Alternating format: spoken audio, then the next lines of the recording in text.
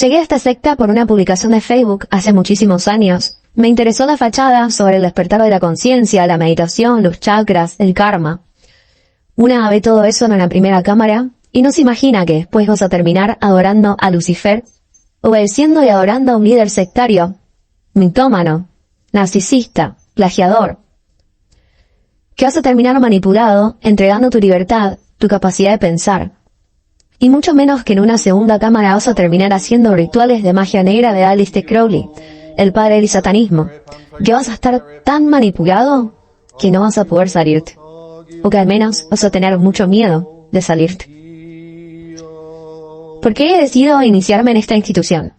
Porque te venden como toda secta la idea de la salvación, de llegar a Dios, de iluminarte.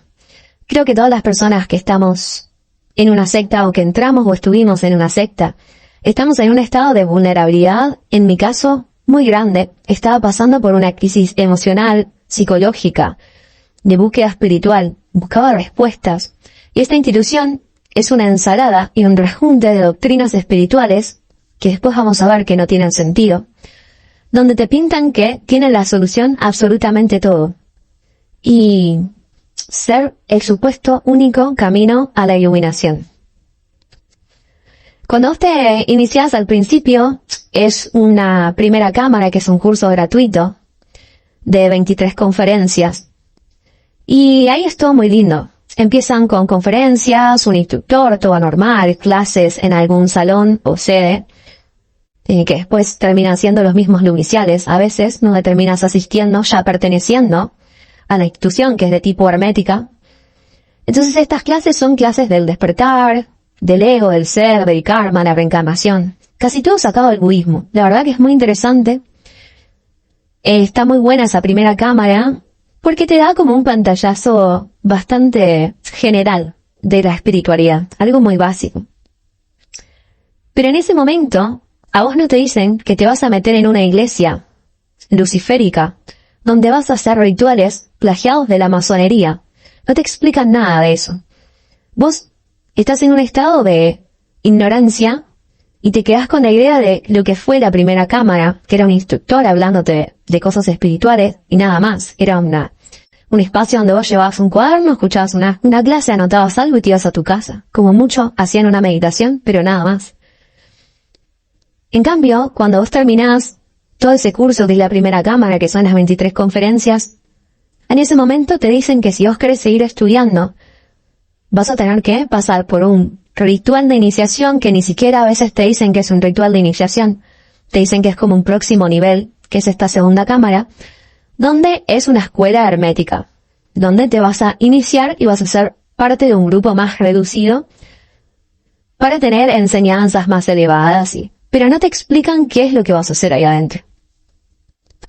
Todo es un misterio. De hecho, te lo traen como un misterio, como algo que no te pueden explicar, como algo que no te pueden decir, que es un misterio, que lo tenés que vivir.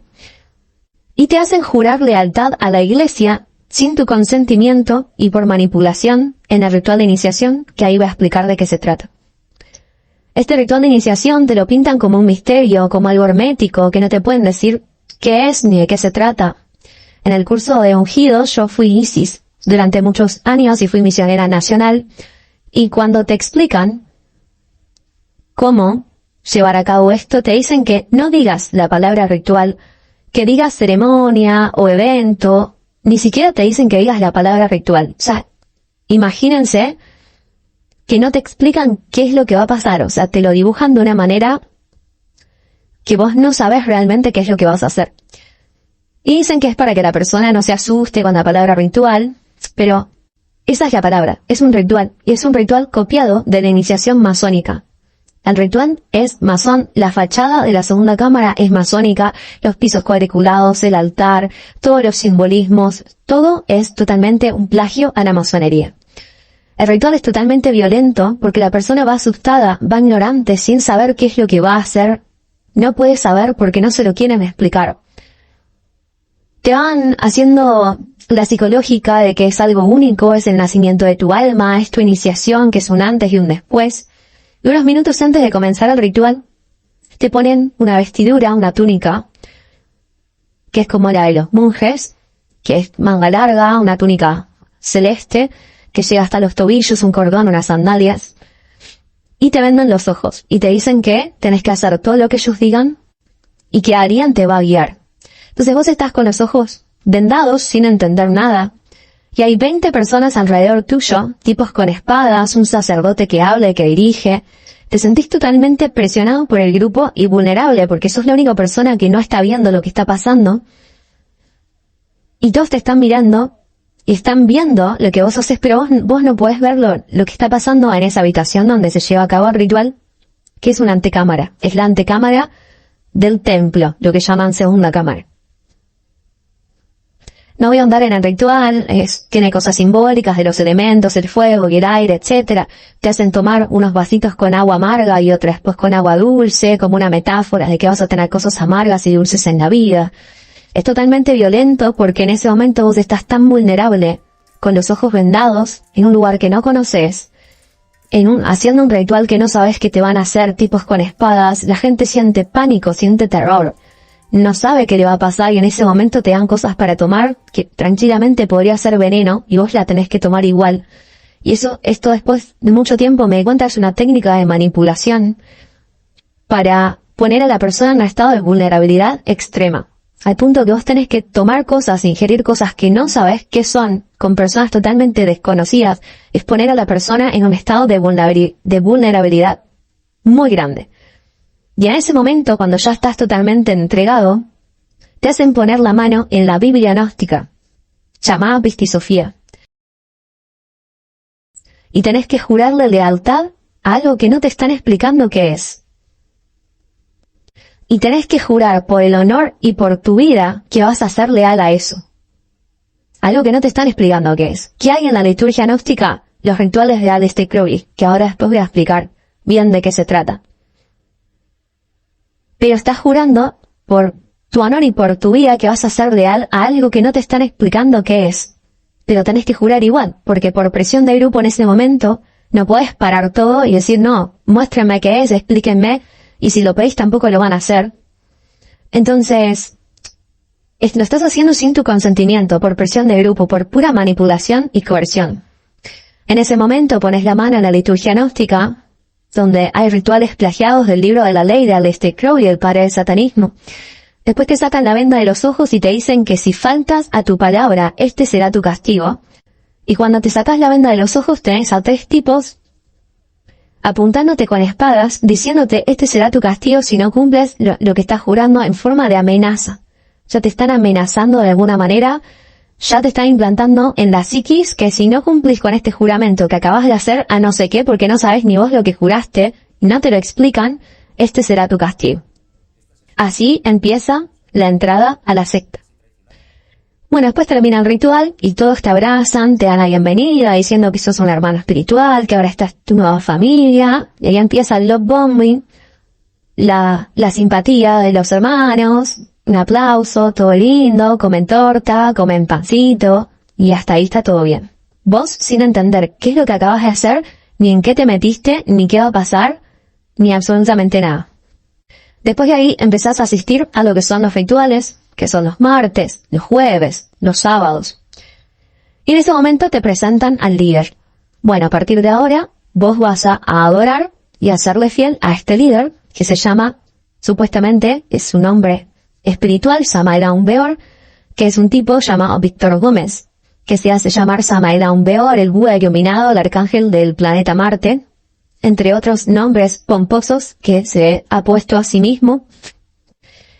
Y al principio es todo muy sutil, te dicen que ellos respetan a todas las religiones, que uno es libre de su búsqueda espiritual.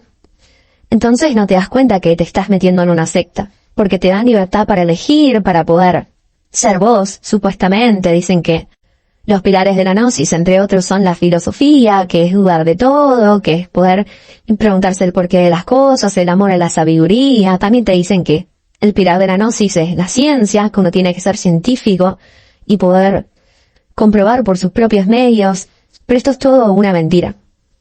Te lo dicen en palabras, pero en la práctica eso no se lleva a cabo. A medida que te vas metiendo, te van imponiendo ideas como que no está bien ver otras cosas, que no sea lo que dejó el maestro.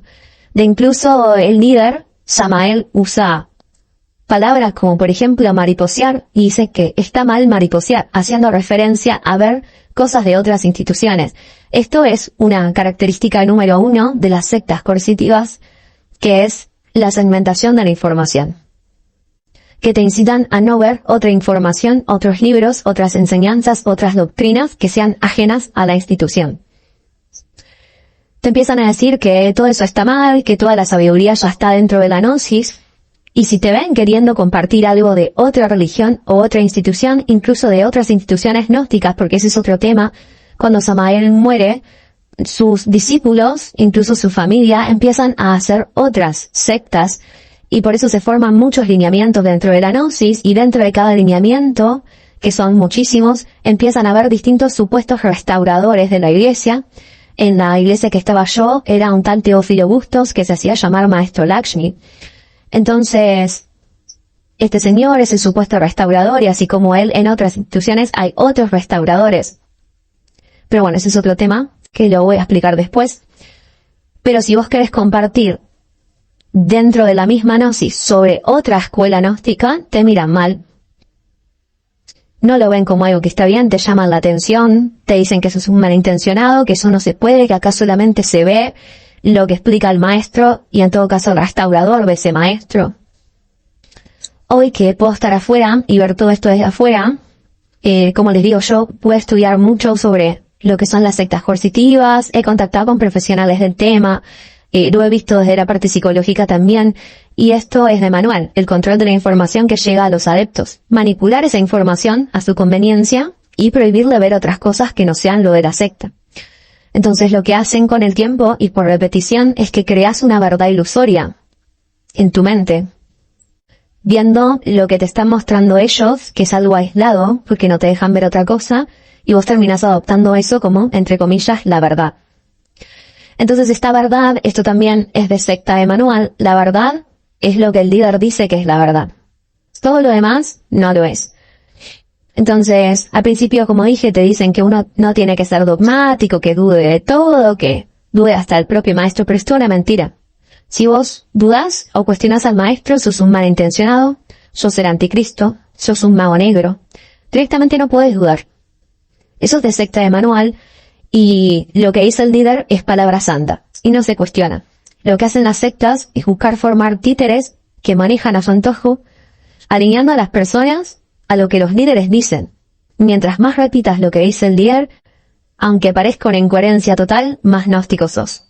Y esto yo lo comprobé y es así. De hecho, cuando yo me salgo de la secta y empiezo a querer mostrar todo esto con pruebas, que ahora voy a hablar un poco más profundo de cuáles son las pruebas de que al final todo esto es una farsa y una mentira, cuando quiero mostrarle a las personas, más que nada a mis seres allegados y queridos, que varios se pudieron salir, pero varios todavía no, te empiezan a repetir cosas que dice el mismo maestro, que no tienen ningún sentido, pero repiten frases como loros, y no se cuestionan qué es lo que están diciendo. Entonces, mientras más repitas lo que dice el líder, aunque no lo entiendas y no lo comprendas, más gnósticos te sentís. Y eso supuestamente te está llevando a la iluminación, o a hacer un camino espiritual. Desde que yo me doy cuenta que empiezo a dudar de un montón de cosas, y me empiezo a dar cuenta que estaba metida, al parecer, en una secta, me costó más de 2 años salirme. Yo estuve más de 8 años en la gnosis, fingía, misionera nacional, viví en monasterios, viví con directivos, era fanática total del maestro.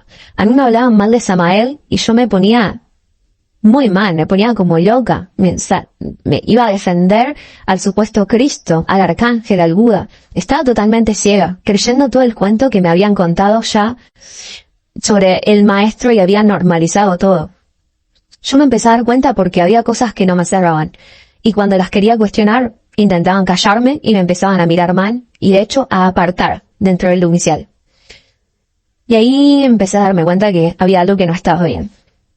Yo siempre me cuestioné cómo podía ser que de las miles de instituciones que hay, y de las cientos de instituciones gnósticas, de las divisiones que les hablaba que hay, ¿por qué solo la mía tenía la verdad y todas las demás no? Porque justo el restaurador, el correcto, el que sí es, era justa en la que yo había caído, y todas las cientos de instituciones más no tenían la verdad y eran todos farsantes. Me hacía ruido. Ese era un indicio clarísimo de secta de manual. Te dicen que por pertenecer a la secta ya estás salvo, o si haces en realidad todo lo que te dice la secta, vas a ser salvo. Que perteneces, entre comillas, al pueblo de Dios, al ejército de salvación mundial. Eso lo dicen todas las sectas. Siempre es el mismo cuento. Pero yo me podía dar cuenta de esto, porque no me permitía ver otras instituciones. De esto me di cuenta una vez que yo ya estaba fuera y empecé a investigar. Pero todo es el mismo cuento, con las mismas palabras, con las mismas técnicas, todo igual con distinto nombre. Me empezó a hacer ruido el hecho de que todo el tiempo asustaban con los tiempos del fin, el supuesto fin del mundo, que ya estaba llegando, o casualidad. Y veía a todos mis compañeros, amigos, e incluso pareja, porque tuve pareja dentro de la Gnosis, entregarse al 100% a la iglesia. Y la misión era lo más importante, por lo cual había que dejar la vida. Dejaban sus carreras, dejaban absolutamente todo.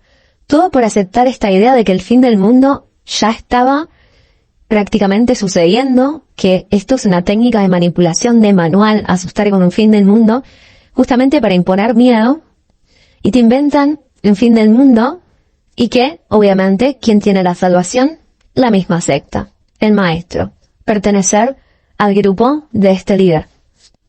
Dentro de la institución donde yo estaba, en este caso el fin del mundo, es Arcturus, un supuesto planeta que va a impactar en la Tierra.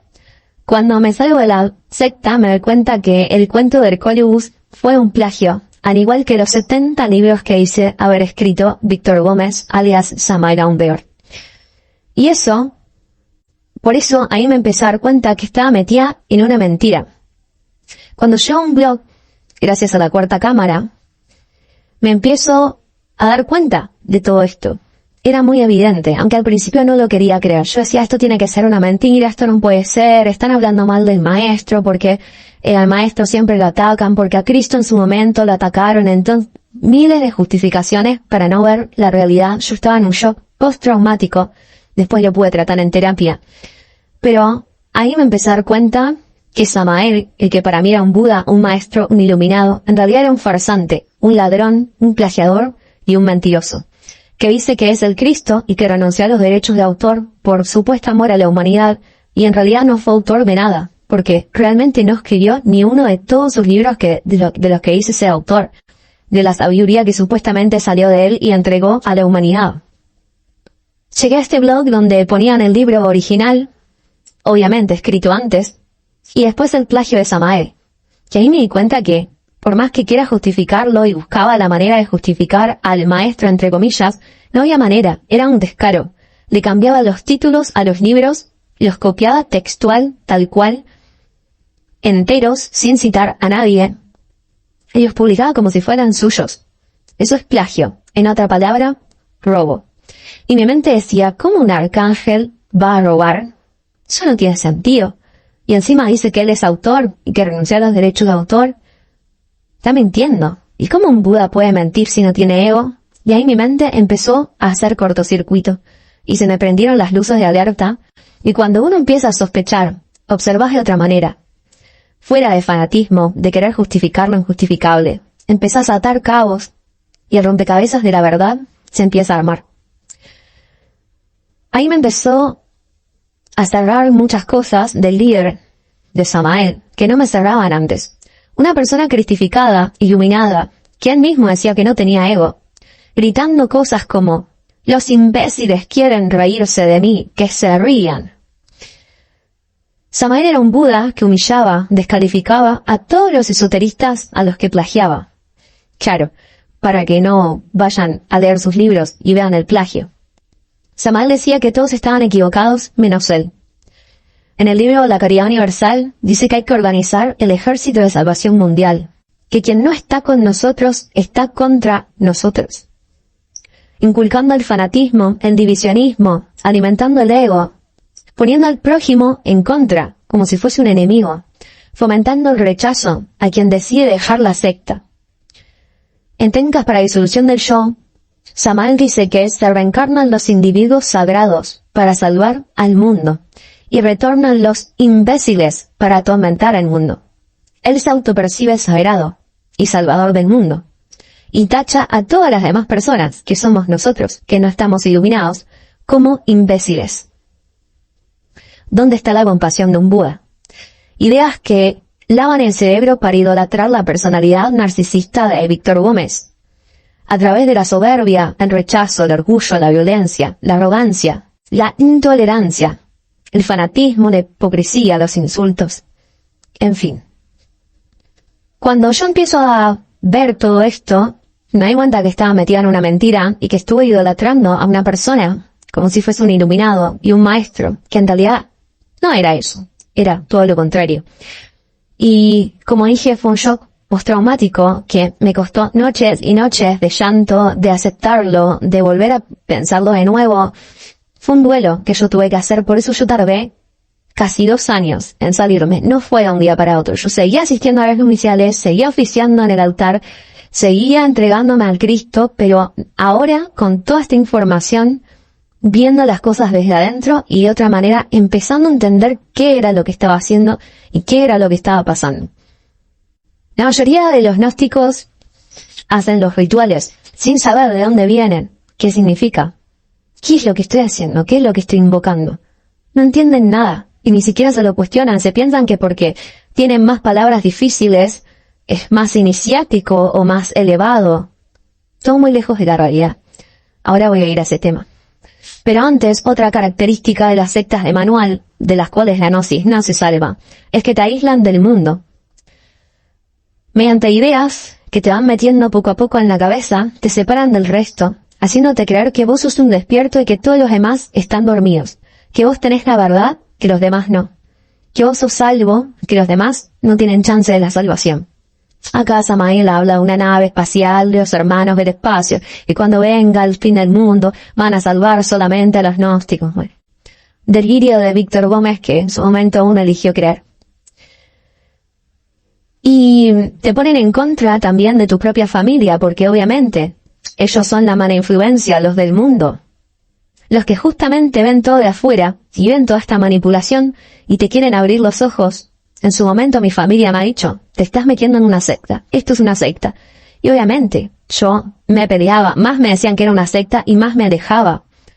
Porque los veía como malintencionados, como magos negros, como los que me quieren sacar del camino de la luz y de la iluminación. Una total ignorancia de mi parte. Pero justamente te alejan de ellos, porque son los pecadores que te quieren alejar del camino. La mala influencia. Esto es un mecanismo de manual para dejar a la víctima sin red de apoyo, y si no tenés a tu familia y no tenés amigos, quedas totalmente dependiente del círculo de la secta.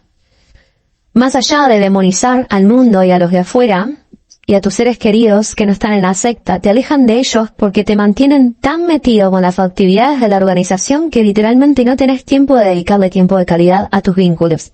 Porque el Cristo, porque la misión, porque tu camino espiritual es más importante. Y además, no hay tiempo, porque ya llega el supuesto fin del mundo. Entonces te obligan, de alguna manera, sin que te des cuenta, a romper o alejarte de todos los lazos sociales que sean ajenos a la secta. Padre, pareja, amigos, trabajo, estudio, lo que sea. Yo, siendo misionera e ISIS, en un momento me estaba dando cuenta que ya no era dueña de mi vida. Las ISIS y los misioneros en general y la gente que ya está muy comprometida con la organización, pero más que nada los misioneros nacionales, su vida no le pertenece. Su vida le pertenece a la iglesia. La iglesia y un grupo de directivos que se encargan de decidir dónde van las personas, dónde van a vivir, qué es lo que van a hacer, cómo organizan su día, todas las actividades que tienen que hacer. Literalmente te llenan de obligaciones al punto que yo, siendo ISIS, quería un día libre, un fin de semana libre para ir a ver a mi familia o para dedicarme tiempo a mí. No podía, porque yo pertenecía a la iglesia. O de hecho, una vez tuve que hacer una carta formal por escrito para que me den permiso para salir. Literalmente estaba en una cárcel. Y me decían, usted no toma decisiones sola, usted no se pertenece a sí misma, usted ya le pertenece a la iglesia. Cuando yo me salgo de esto, en ese momento, bueno, yo creía que mientras más limpiaba, más planchaba manteles, más arreglos florales hacía, más tiempo estaba ahí, más mérito ganaba, ¿no? Era la esclava del templo. Mientras más esclava y más me desvivía y más tiempo dedicaba, más dharma, supuestamente, estaba ganando. Cuando yo me salgo de la organización, veo la gravedad de esto con profesionales que estudian lo que son las sectas y me di cuenta que esto es ni más ni menos que trata de personas. Y es un delito. Porque una persona no puede tener la potestad de decirte dónde tenés que vivir, qué tenés que hacer. Y claro, yo en ese momento decía, no es una obligación. Lo estoy haciendo por mis propios medios, me decía a mí misma en su momento. Y los que lo hacen por sus propios medios. Vos tenés nadie te está atando físicamente. No, físicamente no, pero psicológicamente sí. Porque vos estás amenazado y estás manipulado. Entonces te dicen que si vos no lo haces, viene el fin del mundo, que te vas a la involución, que millones de cosas de amenazas psicológicas, que vos si no te vas a autorrealizar, que si haces esto todo a base obviamente de mentiras. Que ahora vamos a profundizar un poco más. Pero al final es en contra de tu voluntad, porque te estás decidiendo desde la manipulación, no desde la libertad. Psicológicamente no hay libertad, estás atado. Y esto es un delito, esto se puede denunciar. Las sectas coercitivas que te manipulan al punto de volverte dependiente de la secta y que te dicen lo que tenés que hacer y te quitan tu libertad de poder moverte físicamente, de poder elegir, de poder hacer tu vida como quieras, eso es trata de personas y es un delito.